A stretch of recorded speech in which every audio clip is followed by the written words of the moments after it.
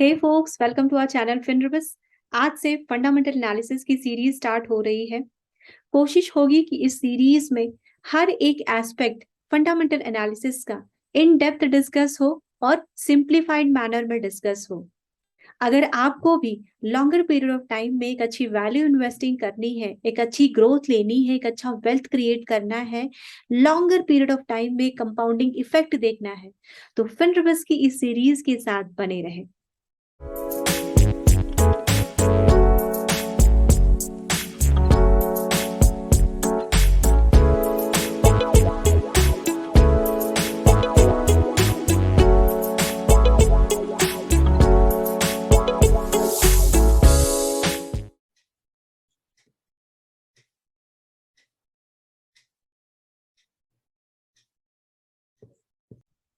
सो fundamental analysis क्या होता है?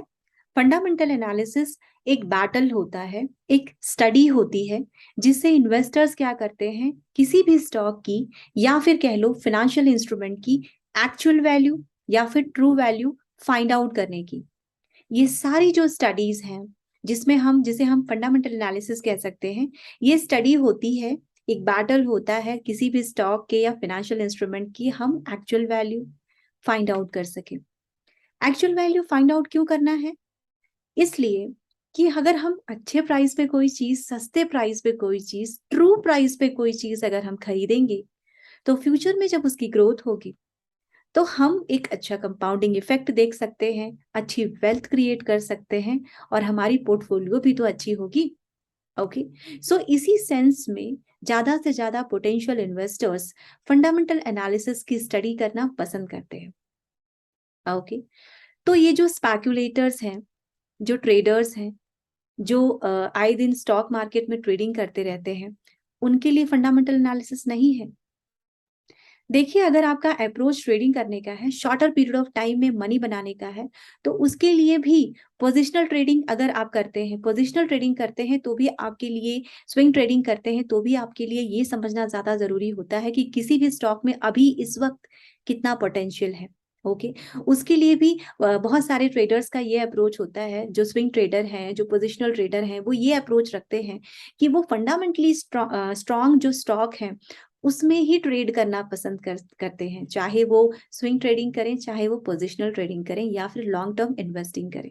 ओके, ये अप्रोच भी बहुत ही अच्छा है किसी भी ट्रेडर के लिए, किसी भी इन्वेस्टर के लिए। अब बात करते हैं कि ये फंडामेंटल एनालिसिस जो है, जिसके लिए सारे पोटेंशियल इन्वेस्टर्स स्टडी करते हैं कि हम किसी भी स्टॉक या फाइनेंशियल इंस्ट्रूमेंट की एक्चुअल वैल्यू या ट्रू वैल्यू फाइंड आउट कर सके और हम फ्यूचर में एक अच्छी ग्रोथ दे सके, एक अच्छा कंपाउंडिंग इफेक्ट देख सके, तो किस एस्पेक्ट पे ये फंडामेंटल एनालिसिस होता है? बेसिकली फंडामेंटल एनालिसिस 3 लेवल्स पे की जाती है। 3 levels, for example economic analysis, for example industrial analysis, for example company analysis. क्या होते हैं ये, समझ लेते हैं। चूंकि ये पहला एपिसोड है तो हम ज्यादा टेक्निकलिटीज पे नहीं जाएंगे, हम ओवरऑल सारे ओवरव्यू देखने वाले हैं कि आखिर में फंडामेंटल एनालिसिस होती क्या है। सो पहला जो लेवल है वो इकोनॉमिक एनालिसिस। जैसे जैसे कि आरबीआई बहुत सारे रेट में उतार चढ़ाव करती है ताकि मार्केट का इन्फ्लेशन मेंटेन रह सके। जैसे आपने सुना होगा, मॉनेटरी पॉलिसी है, फिस्कल पॉलिसी है, देन क्रेडिट पॉलिसी है, रेपो रेट है, रिवर्स रेपो रेट है, इन्फ्लेशन रेट है, जीडीपी रेट है। ये सब हम अक्सर सुनते आ रहे हैं। या फिर जो इकोनॉमिक साइकिल है वो किस फेज पे है।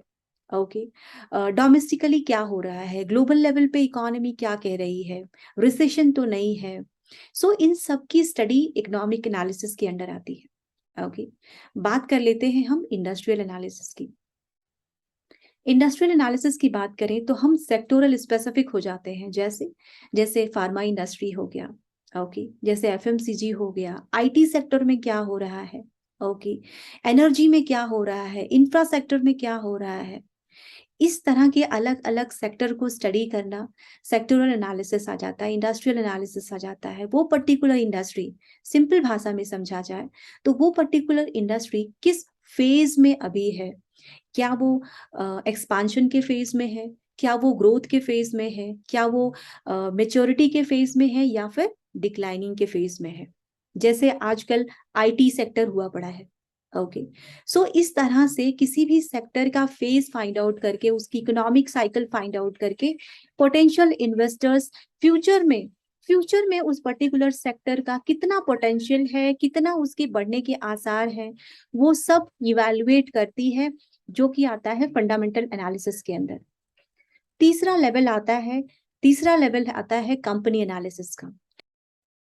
कंपनी एनालिसिस बेसिकली उस कंपनी का फिनेंशियल स्टेटमेंट या फिर यूं कह लो कि एनुअल रिपोर्ट होता है, जिसमें हमें ऑडिटर क्या कह रहा है, डायरेक्टर क्या कह रहा है, ये सब पता चलता है। कंपनी का विजन क्या है, फ्यूचर में क्या करने वाली है, कौन से प्रोजेक्ट पे काम कर रही है, कंपनी का प्रॉफिट कितना है, कंपनी का सेल क्या बढ़ा है, कंपनी का जो टैक्स है वो कितना इंक्रीजिंग रेट पे दे रही है या फिर टैक्स रिड्यूस हुआ है, कंपनी का जो प्रॉफिट है वो डायरेक्ट प्रोडक्शन पे है या फिर कोई और सोर्स भी है कंपनी का जहां से अदर इनकम के थ्रू आ रहा है।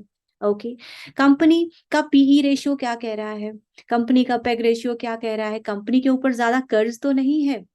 इस तरह के एस्पेक्ट्स को अलग अलग रेशियो के थ्रू, लीवरेज कितना है, कैश फ्लो कितना है, वर्किंग कैपिटल कितना है, कंपनी के पास कितनी लिक्विडिटी है, इन सब को हम कंपनी एनालिसिस के अंडर डिस्कस करते हैं।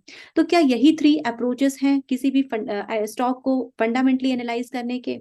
नहीं, इसके अलावा भी बहुत सारे, जैसे फॉर एग्जांपल के लिए न्यूज स्पेसिफिक, कोई न्यूज आ गई किसी पर्टिकुलर स्टॉक के बारे में, या फिर गवर्नमेंट ने कुछ चेंजेस कर दिए अपनी पॉलिसी में, सो इस तरह के जो एस्पेक्ट होते हैं, इसका भी एरिया बहुत वास्ट हो जाता है फंडामेंटल एनालिसिस को लेकर के।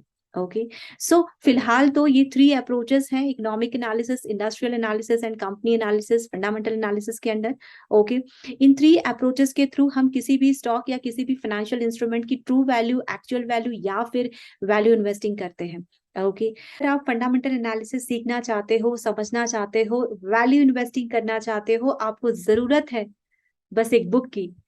तो एज अ रेफरेंस आप स्टार्टिंग के लेवल पे 200-250 पेजेस वाली बुक रिफर कर सकते हो, क्योंकि फंडामेंटल एनालिसिस अपने आप में बहुत ही वास्ट टॉपिक है, तो इसकी बुक मोस्टली बल्कि आती है। सो एक बुक है fundamental analysis for investor. Okay, publisher है vision books. Okay, link description में मिल जाएगा। आप इससे अपनी शुरुआत कर सकते हैं। ओके, और अपनी जर्नी वैल्यू इन्वेस्टिंग की स्टार्ट कर सकते हैं। ओके, वॉरेन बफेट ने अपनी पूरी लाइफ में 14 रिसेशन देखे, इसके बाद भी उन्होंने अपनी पोर्टफोलियो के साथ गिव अप नहीं किया, वो अपनी स्ट्रेटेजी के साथ स्टिक रहे, डिसिप्लिन रहे। आप भी इसी तरह से डिसिप्लिन रहे, इन्वेस्टेड रहे और अपनी पोर्टफोलियो बढ़ाते रहें, ताकि आपकी वैल्यू इन्वेस्टिंग हो पाए, एक अच्छा कंपाउंडिंग इफेक्ट हो पाए। ओके, आज के लिए इतना ही, मिलते हैं नेक्स्ट एपिसोड में इसी तरह के कुछ स्पेशल फंडामेंटल कंटेंट के साथ। तब तक आप फिनरबस को लाइक करिए, शेयर करिए, सब्सक्राइब करिए। Thank you so much.